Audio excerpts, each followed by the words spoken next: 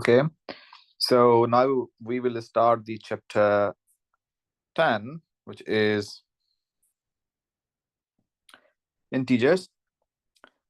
And we begin to study the most basic and also perhaps the most fascinating number system of all, the integers.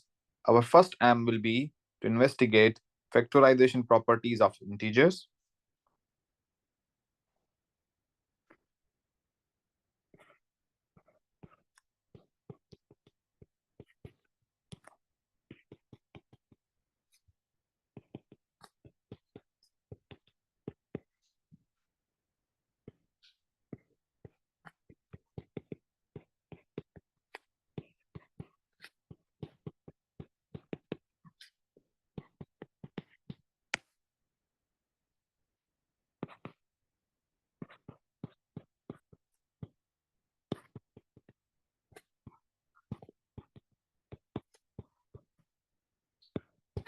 Right? And that is going to be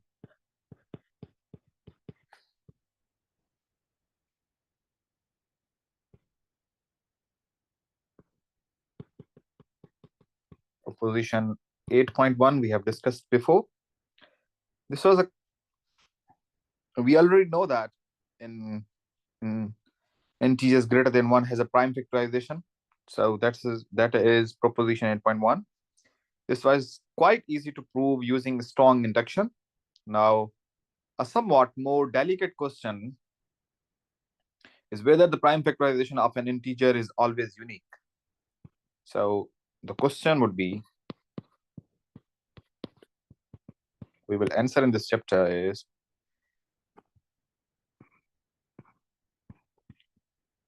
whether the prime factorization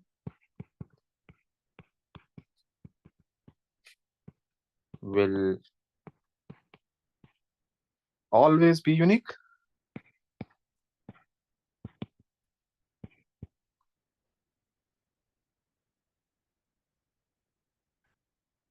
Okay. Now, in other words, whether given an integer n,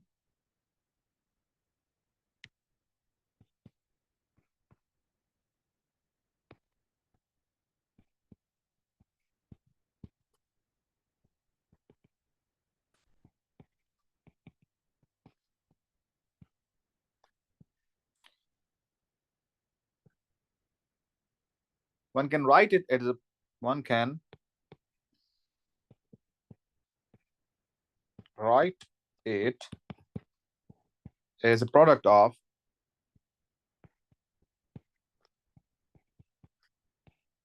primes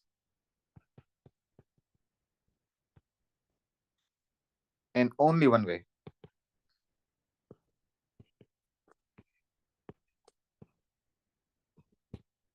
Okay. We know the answer, and the answer is yes. And this is such an important result that it has acquired the grandiose title of the fundamental theorem of arithmetic. So this is fundamental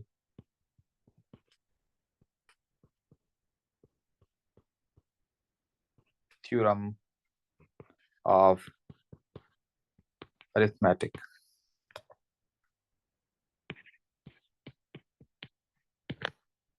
Okay. Right. We shall prove it in the next chapter and try there to show why it is such an important result by giving some examples of its use. In this chapter, we lay the groundwork for this result to prove. Now, we begin with some definitions. So we have a definition says that let a comma b be integers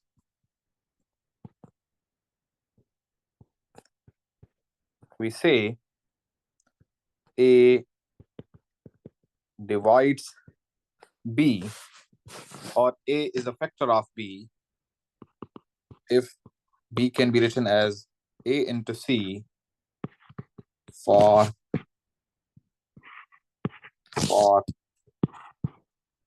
some integer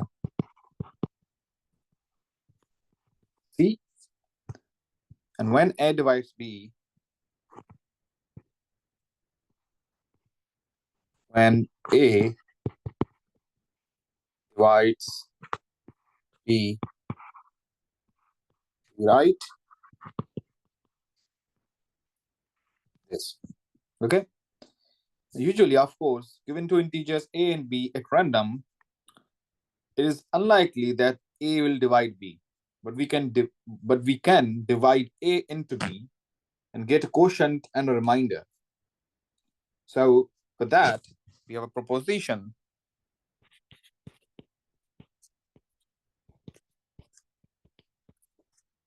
called 10.1, says that let A be a positive integer this time, then for any integer B, there are integers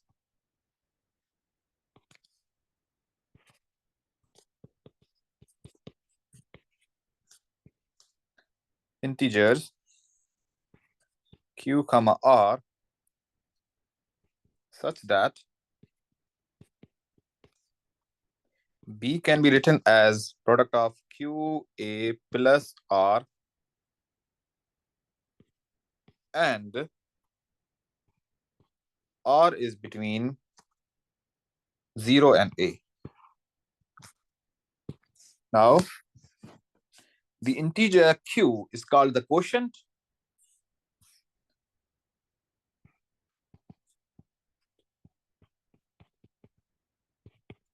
and the integer R is remainder.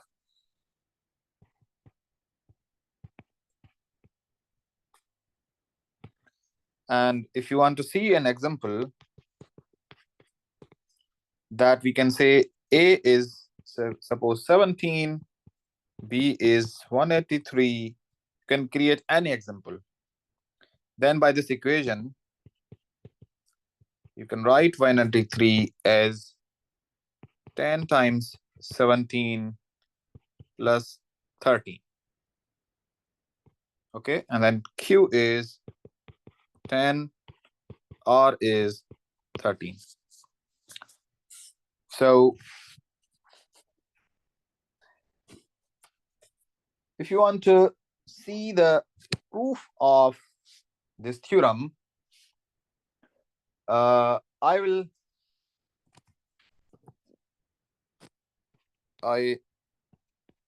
suggest to watch my other video in the playlist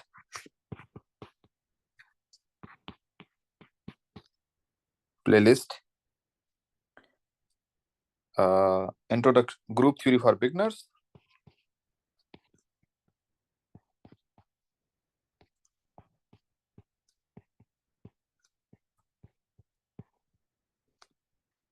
The title is, so from lecture 2,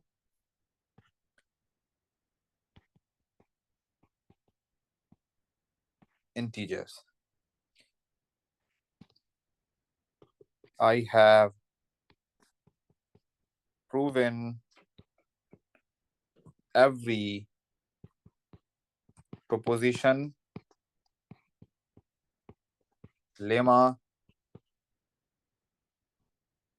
and theorem. Lecture 2, all parts.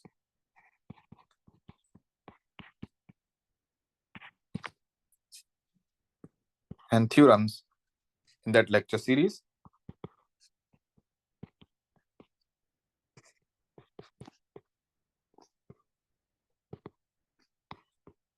for integers.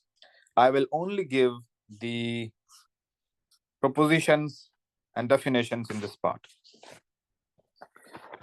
in this lecture series, because then we will save a lot of time and we can do important stuff. So now, if we have this proposition, then we can write another proposition about it.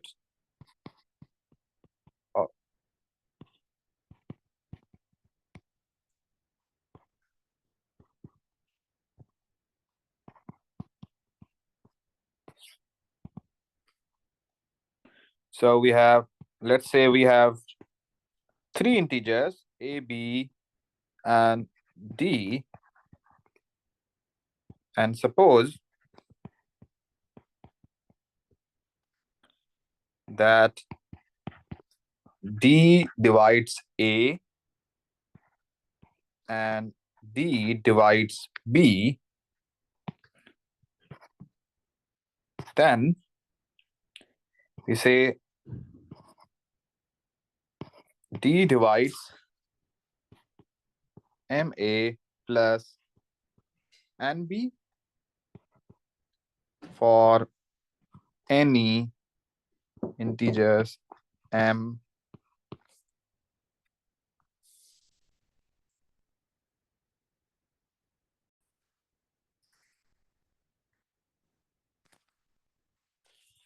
so, and this one has a small proof, so I'll give it here. This says we are taking a to be C1d and b to be C2d with the integers C1, C2.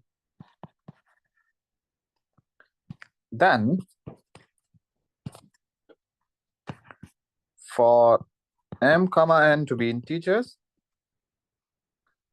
we have m a plus nb is going to be m C1d plus m n C2d. And you can further write this as m C1 plus n C2 n to d. Hence, you can say d will divide ma plus m nb. Okay, perfect. Now we'll talk about the famous algorithm of Euclid. So that is the Euclidean algorithm.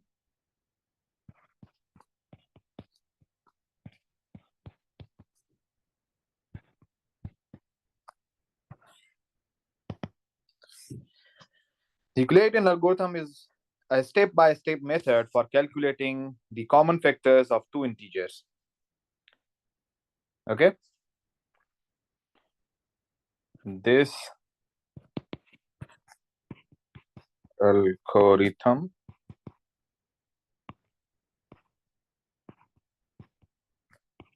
is a step-by-step method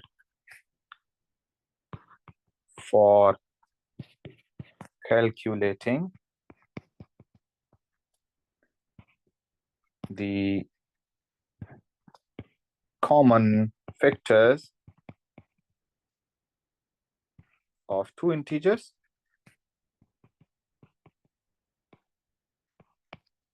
Right? And for this, we need the definition, which is we have two integers, let a comma b are integers. A common factor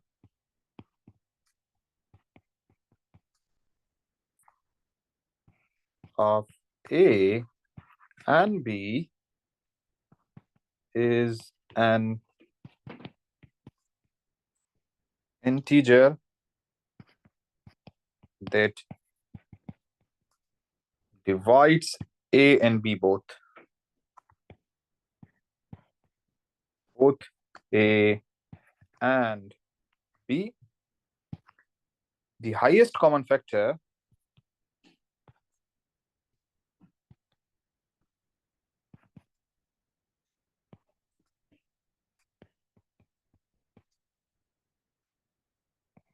of A and B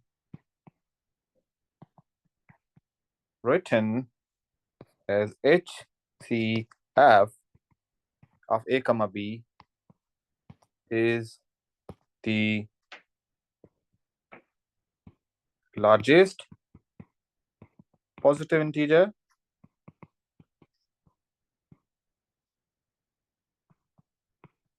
that divides both A and B. Okay. Now, for example, the HCF of 2, 3 is 1. HCF of 4, 6 is 2. But how do we go about finding the highest factor of two large numbers, say 581 and 1428? This is what the Euclidean algorithm does for us in a few simple mindless steps. Okay. So before presenting the algorithm in all its full glory, let's do an example. So let's take so here we find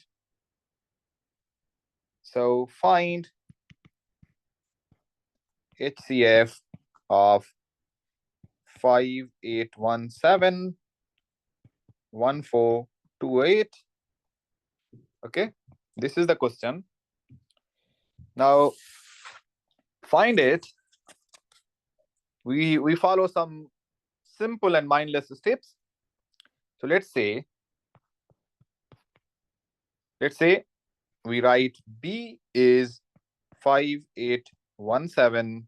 We write A is 1428, and we say D is HCF of A comma B. Okay.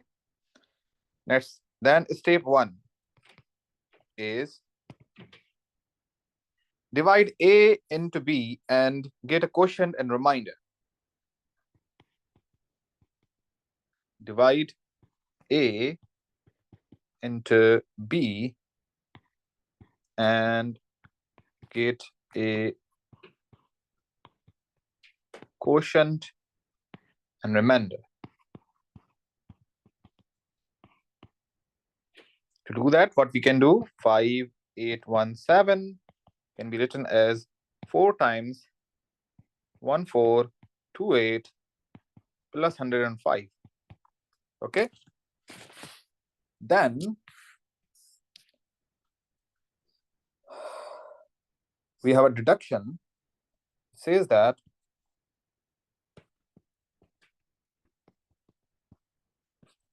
deduction is that is D divides A and D divides B,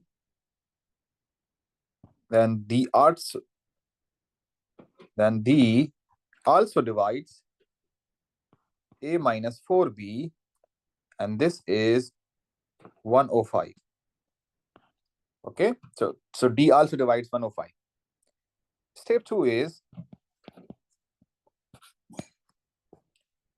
now we divide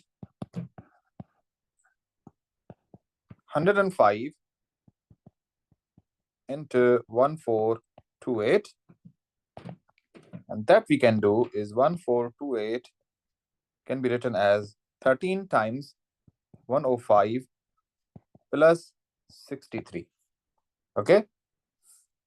Then again, we have a deduction. We say that is D divides 1428 and D divides 105 and D also divides 63, right? Step 3 is we divide 63 into 105. So we can say 105 can be written as 1 times 63 plus 42. Now the deduction is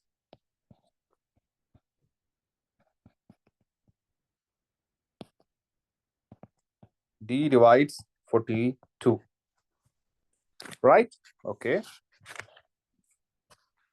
D divides 42.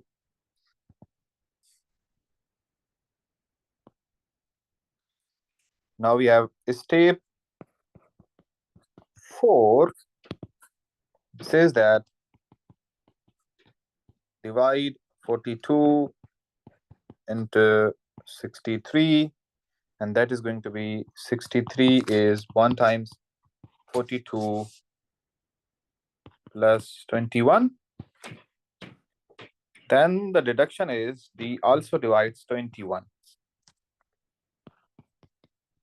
Step 5 is going to be divide 21 into 42. Now we can say that 42 can be written as 2 times 21 plus 0. Perfect. So this is, now we can stop. Now we claim that D is HCF of 17, 1428, which is 21. Now, what do you mean by this? The last non-zero remainder in the above steps. We have already observed that D divides 21. So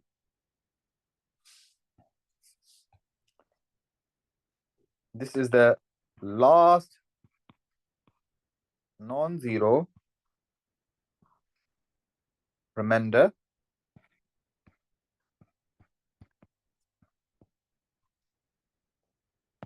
Okay.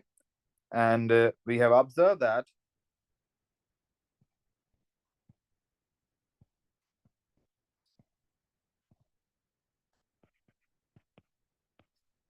D divides 21. So to prove our claim, we work upward from the last step to the first.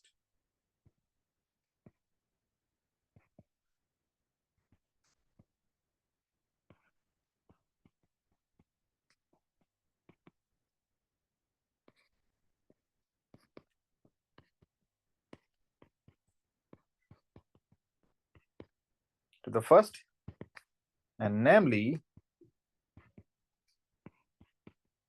step 5 shows that 21 divides 42.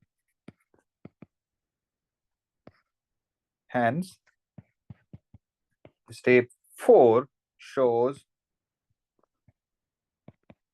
that 21 divides 63.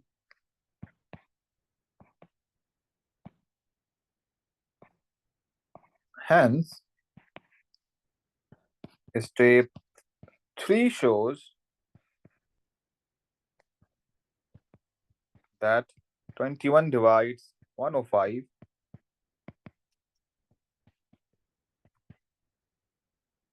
Step 4, step 3, step 2 shows that 21 divides 1428, and step 1 shows 21 divides 515,817. Therefore,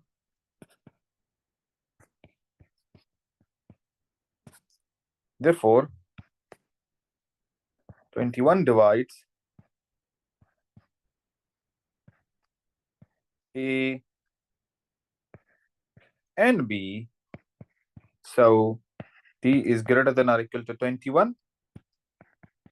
Is D divides 21, follows that D is 21. As claimed. Okay, perfect. Now, the general version of the Euclidean algorithm is really no more complicated than this example, and here it is.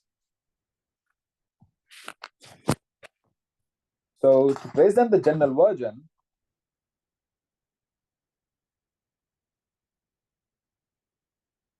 what we can do, so let's talk about that general version in the next part of this lecture series.